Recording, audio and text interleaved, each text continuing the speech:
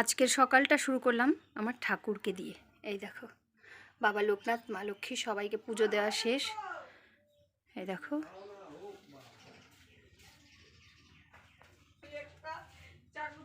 আজকের সকালটা সবাই ভগবান দর্শন করে নাও।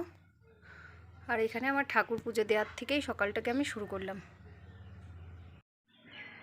শুভ সকাল বন্ধুরা, কেমন আছো সবাই? আশা করি সবাই ভালো আছো, আমিও ভালো আছি। তো আজকে মাদার্স ডে, সবাইকে হ্যাপি মাদার্স ডে। পৃথিবীর সমস্ত মাদেরকে আমার প্রণাম। আর আজকে মাদার্স ডে উপলক্ষে আমিও গিফট পেয়েছি, দাঁড়াও তোমাদেরকে দেখাচ্ছি। এই দেখো, কেমন হয়েছে কমেন্টে জানাবে। তো এই গিফটটা দিয়েছে আমাকে আমার ছেলে সায়ন। এরকম দুজোড়া কানে নিয়ে এসছে, একটা আমাকে, একটা ওর বম্মাকে। দুজোড়া দিয়েছে দুজনকে, আমার একটা, বম্মার একটা। তো বম্মাকে দেওয়া শেষ, আমি পরে দেখাবো, যদি রিনা এখন শুয়ে আছে তো উঠলে পরে দেখাবো। আর এই যে এটা আমাকে দিয়েছে, আমারটা দেখে নাও, পরে একটু পরেও দেখাবো তোমাদেরকে কেমন লাগছে। আমার ভীষণ ভালো হয়েছে, দেখো মিনা করা, একটু স্টোন ওয়ার্ক করা দিক দিয়ে। তো এখন তো আরও কামাই করে না, এখনও তো স্টুডেন্ট, যখন কামাই করবে তখন দেখা যাবে।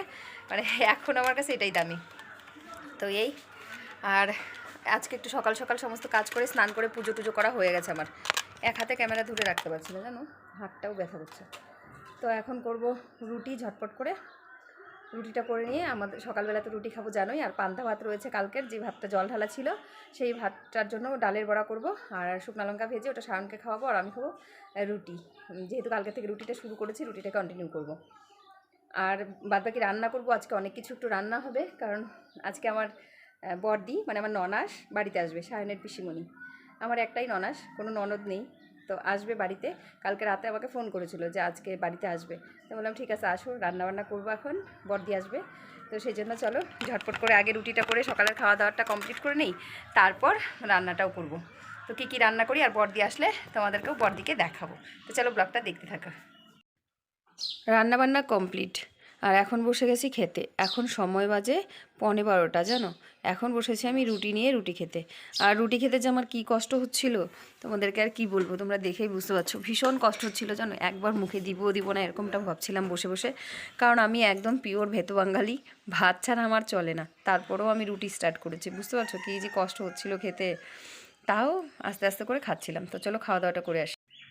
তো কী কী রান্না করেছি সেটা একবার তোমাদেরকে দেখাই। এই দেখো, এখানে করেছি সর্ষে পোস্ত দিয়ে বাটা মাছের ঝাল। মানে কেমন হয়েছে দেখে বলো তো কালারটা। আমার তো মানে খেয়েছি, ভীষণ টেস্ট হয়েছে খেতে। আর এদিকে করেছি চুনো মাছ দিয়ে, সব কিছু দিয়ে, আলু বেগুন ডাঁটা সব দিয়ে একটা চচ্চড়ি, মানে একদম শুকনো শুকনো করে। আর এখান থেকেও আমি আর সায়নের বাবা খেয়েছি, দেখো খালি হয়েছে। আর এদিকে 1 বাটি চিকেন কষা। এই 1 বাটি চিকেন কষা এই জন্য 300 গ্রাম মাংস নিয়ে এসেছিলাম, সায়ন খেয়েছে, আর 1 বাটি তুলে রেখেছি ওদের জন্য। আর এটা করেছি মুসুরির ডালের চচ্চড়ি, মুসুরির ডালটা একটু ঘন ঘন করে চচ্চড়ি করেছি। আর এদিকে দেখো আমি রান্না করেছি, তারপর এদিকে সায়ন একটা ডিম ফাটিয়ে এর মধ্যে পেঁয়াজ কুচি লঙ্কা কুচি দিয়ে, ওর জেঠু আর সায়ন দুজনা মিলে কি করছে দেখো, মোবাইলের মধ্যে যে দেখায়। তো ওখানে মোবাইলে দেখেছে ওরা রিলসের মধ্যে কোনো একটা এইভাবে ডিম বানিয়ে খাচ্ছিল। তো তারপর থেকে, মানে কালকে দেখেছে ওরা, দেখার পর থেকেই ওরাও বানাবে বানাবে ভাবছিল। তো দেখো আজকে এক্সপেরিমেন্ট শুরুই হয়ে গেল ওইদিকে। মানে টমেটো কেটে টমেটোর ভিতরের পালসটা পুরো চেঁচে চুচে বের করে দিয়েছে, দিয়ে ওর মধ্যে ডিমটাকে নুন হলুদ আর কাঁচা লঙ্কা পেঁয়াজ দিয়ে ঘুটে ভালো করে এই যে ঢেলে নিয়েছে। তোমরা দেখতেই পাচ্ছ কি করছে। তো এইভাবে দুজনা মিলে করছে, মানে সায়ন তো করছেই, তার সাথে সাথে ওর জেঠুও দেখো, দুজনেই মানে কি বলবো ওরা যে কি করে। আর এদিকে দেখো উনুনের মধ্যে রয়েছে গনগনা আগুন, কারণ আমি আজকে পুরো রান্নাটাই করেছি কাঠের জালে। তো এখানে করেছিলাম, আর তার জন্য পুরো একদম কাঠকয়লার গনগনা আগুন রয়েছে। তার মধ্যেই দেখো এখানে, মানে আমি এখনও জায়গাটাকে ভালো করে পরিষ্কারই করিনি, তার মধ্যেই ওরা চলে এসছে এই এখানে ওই টমেটোর মধ্যে দিয়ে ডিম পোড়া করবে। তো সেটাই করা হচ্ছে। এই দেখো পড়ে যাচ্ছে কিন্তু, মানে এতটা গরম ছিল, উনুনের ভিতরে হাতও দিতে পারছে না। আর আর 2টা টমেটোর ভিতরে দেওয়ার পরও এদিকে কিছুটা রয়ে গেছিলো, এটার জন্য আরেকটা টমেটো কেটে এই যে মুন বসে আছে, সায়ন বলছে এটা মুনের জন্য করব। আর এখানে দেখো হচ্ছে আর্ট, এটা হনুমানজির একটা মূর্তি আর্ট হচ্ছে, কারণ সায়ন করে দিচ্ছে কালকে ওর বোনের স্কুলে কর্মশিক্ষা দেখাতে হবে, মানে ড্রয়িং বা কিছু একটা দেখাতে হয়। এটা আমাদের সময়ে ছিল, আমরা যখন স্কুলে যেতাম। তো তার জন্য ওই মুন এসে বলছিল দাদা আমাকে একটা কিছু আর্ট করে দে, তো ওই মুনের জন্য এটা আর্ট করছিল। তো এভাবে আমার ঘরে একটা এর আগে রয়েছে, তোমরা আগের ব্লগে দেখেছো যে আর্ট করেছিল সায়ন এরকম একটা, তো তার জন্যই মুনের এটা পছন্দ ছিল, ওরকমই একটা আর্ট করে দিচ্ছিল স্কুলে দেখানোর জন্য। আর এই যে মুন এখানে বসে আছে, আমি মুনের সাথে মজা করছিলাম, এটা ওটা বলছিলাম, আর ও চুপ করে বসে আছে। আমি ওকে বলছিলাম যে স্যার যদি তোকে বলে যে কীভাবে আর্ট করেছিস, তো ও তো বলতেই পারবে না, কারণ দাদা করে দিচ্ছে, ও তো এখানে বসে আছে। তো এই আর আমি শুয়েছিলাম, শুয়ে শুয়ে ওরা যা যা করছিল আমি এগুলোকে ক্যামেরাবন্দি করছিলাম তোমাদের সাথেও শেয়ার করার জন্য। এই দেখো হয়ে গেছে অনেকটা, এখন মাঝখানটা শুধু বাকি। আর তোমাদেরকে বলেছিলাম না যে সায়ন আমার গিফটটা দিয়েছে, সেটা একবার পরে তোমাদেরকে দেখাবো। তো এই দেখো পরে নিয়েছি, কেমন লাগছে বলো তো, একটু কেমন লাগছে দেখতে। তো এটা দিয়েছে, এটা এই জন্য একটুখানি পরে নিলাম, পরে নিয়ে আমার যাকে বলছিলাম তোরটাও পর। তো চলো একবারে পরে আসছি। এখন বাড়িতে আমাদের বড়দি অনেক দিন পরে আসছিল আমাদের বাড়িতে, 8-9 মাস পরে। না, কতদিন পরে আসছো? 2 বছর। বড়দার কাজে আসছিল না, 1.5 বছর মতন পরে আসছিল আজকে, এই যে 1 বেলার জন্য আবার যাইতেছে গা। এই যে মা কান দাও একটু, মেয়ে যাইতেছে গা, কান বানা, মেয়ে যাইতেছে গা। তুমি কান বানা, তোমার মেয়ে চলে যাইতেছে। এই যে মা হাসে, মার মেয়ে যাইতেছে গা, তাও হাসে। দেখো কেউ না, এমনি ভিডিও করি। দিছ আর কটে দাও, আর কটে দাও, দুজনে খাবে, দেওয়ার কটে দাও। আদা করে দিস, বুঝলি, 2 বেলা দিস, সকাল বিকেল বেলা দিস, দুপুর বেলা দিস। বর্দি আবার আসবা। দিছিস হ্যাঁ, ফুচকারে দিছি, ওর বাবার কাছে দিছি। আঙ্গুর একটা অন্য প্লাস্টিকে দাও।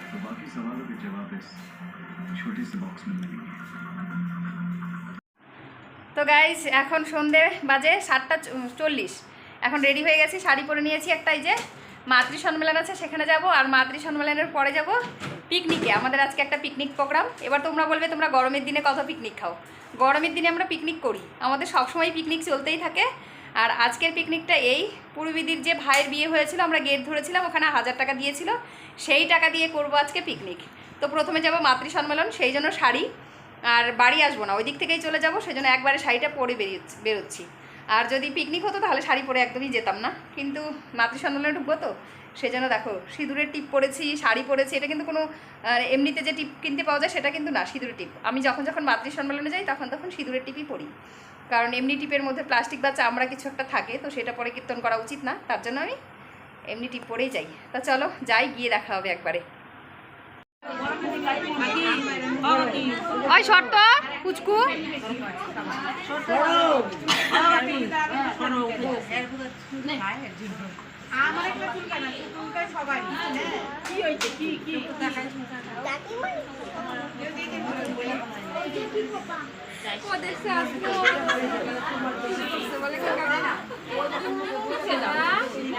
খুশি টাকলু, হাই টাকলু, কি সুন্দর লাগতেছে, আমি জানলে আমি কালকেই টাকলা হইতাম। চলে এসেছি পিকনিকে, মাতৃ সম্মেলন তো শেষ, এখন পূর্বীদের বাড়িতে। অনেকটা আগেই চলে এসেছিলাম কিন্তু ক্যামেরা অন করা হয়নি। আর এদিকে দেখো খাওয়া দাওয়া শুরু হয়েছে, সায়ন, তৃষা, অঙ্কন ওরা খেতে বসেছে। আর মেনুতে কী কী ছিল সেটা বলে দিই। এই দেখো ডিমের কারি, ডাল রয়েছিল, চিকেন কষা, আর এই দেখো একটা সব কিছু দিয়ে 5 মিশালি সবজি, আর এখানে রয়েছে শুটকি মাছের চাটনি, পটল ভাজা। তো অনেক কিছু ছিল মেনুতে। আমাদের শুধুমাত্র কথা ছিল ডাল, চিকেন আর পাঁপড় ভাজা হবে। তো এখানে রয়েছে নিরামিষের তরকারি, তারপর শুটকি মাছের চাটনি, ভর্তা আর কি, শুটকির ভর্তা আর পটল ভাজা। তো অনেক কিছুই ছিল, আরও ছিল ডিম কারি। তো প্রচুর খেয়েছি, ভীষণ মজাও করেছি, সবাই মিলে অনেক অনেক বেশি মজা করেছি। সুন্দর করে খাওয়া দাওয়া শেষ। আর এখন খাওয়া দাওয়ার পর সবাই এখানে বসে আছে, আমিও এদিকে একটুখানি তোমাদের সাথে শেয়ার করে নিয়েছি। বাড়ি গিয়ে আর জানি ক্যামেরা অন করা হবে না, কারণ এখন বাজে রাতের 11:30, সবাই মিলে চলে যাব বাড়িতে। খাওয়া দাওয়া সব কিছু শেষ, সবাই বাইরে বসে আড্ডা দিচ্ছিল, আর আমি তোমাদের সাথে কথা বলার জন্য চলে এসেছিলাম একটুখানি ঘরে। তো সব কিছুই ভালো লাগছে। আর হাতেই দেখো একটুখানি পেপার নিয়ে নিয়েছি, কারণ আমি একটু বাড়িতে এখান থেকে চিকেন নিয়ে যাচ্ছি বাটিতে করে, তাই ঢাকবো তার জন্য। তো চলো দেখা হবে কালকে একটা